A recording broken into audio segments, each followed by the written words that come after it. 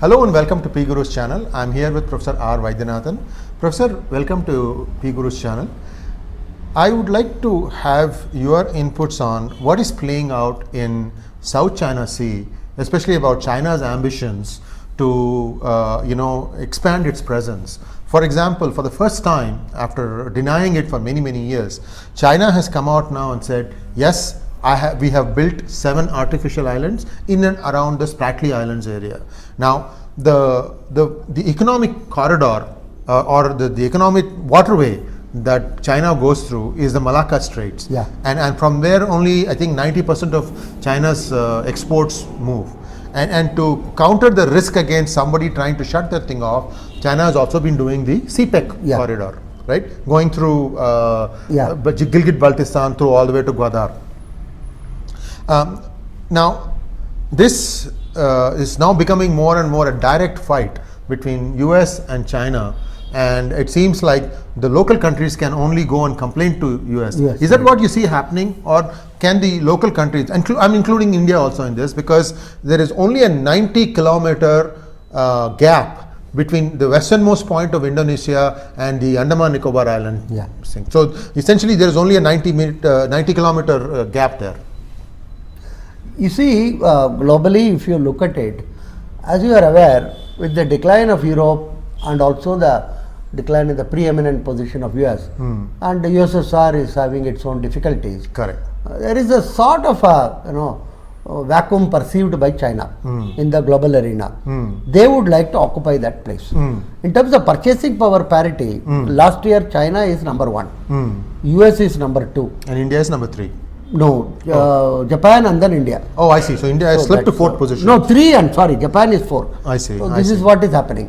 So China would like to occupy a preeminent global position. For that, it has to have this both the land access, correct, as well as the sea access.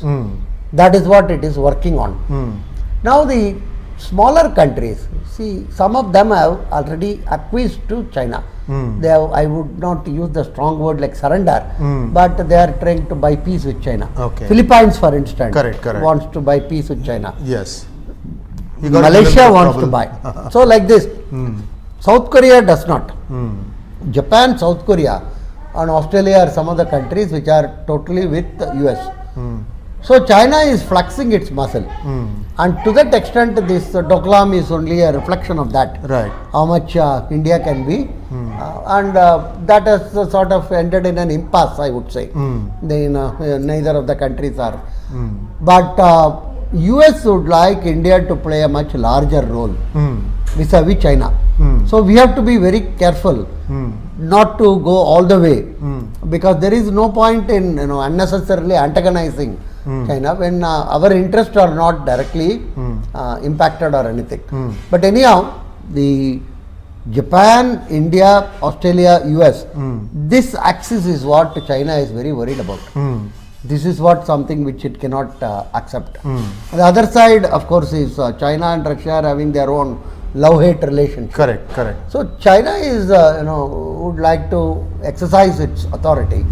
China is always never minced words in terms of how to deal with US. It's unlike India, which we may request, we may suggest, we may do this and that. China, China is very clear.